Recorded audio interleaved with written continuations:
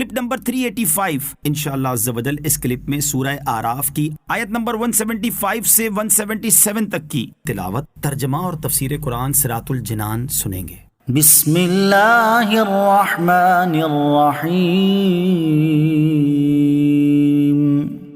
اللہ کے نام سے شروع جو نہایت مہربان رحمت والا ہے۔ وَاتْلُ عَلَيْهِمْ نَبَأَ الَّذِي آتَيْنَاهُ آيَاتِنَا فَانسَلَخَ مِنْهَا فَأَتْبَعَهُ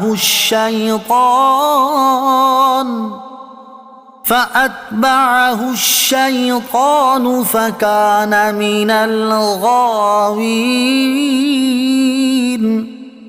ترجمہ، اور اے محبوب انہیں اس آدمی کا حال سناؤ جسے ہم نے اپنی آیات عطا فرمائیں تو وہ ان سے صاف نکل گیا، پھر شیطان اس کے پیچھے لگ گیا تو وہ آدمی گمراہوں میں سے ہو گیا۔ وَاتْلُ عَلَيْهِمْ نَبَأَ الَّذِي آتَيْنَاهُ آيَاتِنَا، اور اے محبوب انہیں اس آدمی کا حال سناؤ جسے ہم نے اپنی آیات عطا فرمائیں۔ شان نزول، حضرت عبداللہ ابن عباس، حضرت عبداللہ ابن مسعود اور امام مجاہد رضی اللہ تعالی عنہم فرماتے ہیں یہ آیت بلعم بن باعورہ کے بارے میں نازل ہوئی۔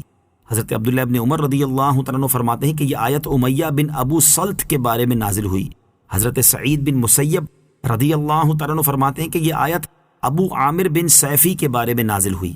وَلَوْ شِئْنَا لَرَفَعْنَاهُ بِهَا وَلَكِنَّهُ أَخْلَدَ إِلَى الْأَرْضِ وَاتَّبَعَ هَوَاهُ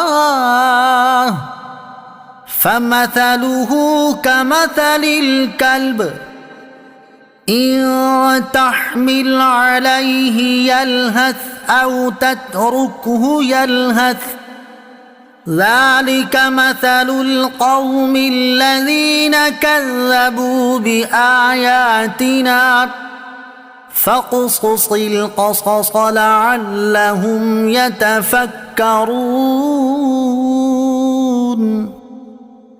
سَاءَ مَثَلًا الْقَوْمُ الَّذِينَ كَذَّبُوا بِآيَاتِنَا وَأَنفُسَهُمْ كَانُوا يَظْلِمُونَ۔ ترجمہ، اور اگر ہم چاہتے تو آیتوں کے سبب اسے بلند مرتبہ کر دیتے، مگر وہ تو دنیا کی طرف مائل ہو گیا اور اپنی خواہش کا تابع ہو گیا، تو اس کا حال کتے کی طرح ہے، تو اس پر سختی کرے تو زبان نکالے اور تو اسے چھوڑ دے تو بھی زبان نکالے۔ یہ ان لوگوں کا حال ہے جنہوں نے ہماری آیتوں کو جھٹلایا، تو تم یہ واقعات بیان کرو تاکہ وہ غور و فکر کریں۔ کتنی بری مثال ہے ان لوگوں کی جنہوں نے ہماری آیات کو جھٹلایا اور وہ اپنی جانوں پر ہی ظلم کیا کرتے تھے۔ وَلَوْ شِئْنَا لَرَفَعْنَاهُ بِهَا، اور اگر ہم چاہتے تو آیتوں کے سبب اسے بلند مرتبہ کر دیتے، یعنی اگر ہم چاہتے تو نافرمانی کرنے سے پہلے ہی اسے روک دیتے، پھر ان آیات پر عمل کی وجہ سے اسے بلند مرتبہ عطا فرما کر ابرار کی منازل میں پہنچا دیتے، لیکن وہ تو دنیا کی طرف مائل ہو گیا اور اس نے دنیا اور اس کی لذتوں کو آخرت اور اس کی نعمتوں پر ترجیح دینے میں اپنی خواہش کی پیروی کی۔ فَمَثَلُهُ كَمَثَلِ الْكَلْبِ، تو اس کا حال کتے کی طرح ہے۔ اس آیت میں دنیا کے مال و متاع کی وجہ سے دین کے احکام پسے پشت ڈالنے والے عالم کو کتے سے تشبیہ دی گئی ہے۔ کتا ایک ذلیل جانور ہے، اور ذلیل تر کتا وہ ہے جو تھکاوٹ، شدت کی گرمی اور پیاس ہونے یا نہ ہونے کے باوجود ہر وقت زبان باہر نکال کر ہانپتا رہتا ہو۔ جس شخص کو اللہ تعالیٰ علم دین کی عزت و کرامت سے سرفراز فرمائے اور اسے لوگوں کے مال سے بے نیاز کر دے، پھر وہ کسی حاجت و ضرورت کے بغیر صرف اپنی قلبی خساست اور کمینے پن کی وجہ سے دین کے واضح احکام سے اعراض کر کے دنیا کے مال و دولت اور منصب و مرتبے کی طرف جھکے اور اس خبیث عمل پر قائم رہے، تو وہ ہانپنے والے کتے کی طرح ہے کہ ہر وقت ہانپنے والا کتا کسی حاجت کی بنا پر نہیں بلکہ اپنی فطرت کی وجہ سے ہانپتا رہتا ہے۔ درباری علماء کے لیے عبرت، اس آیت میں ان درباری علماء کے لیے بڑی عبرت ہے جو منصب و مرتبے، مراعات و وظائف کے حصول کی خاطر حکام کی طبیعت کے مطابق فتوے اور ان کے موافق بیان دیتے ہیں۔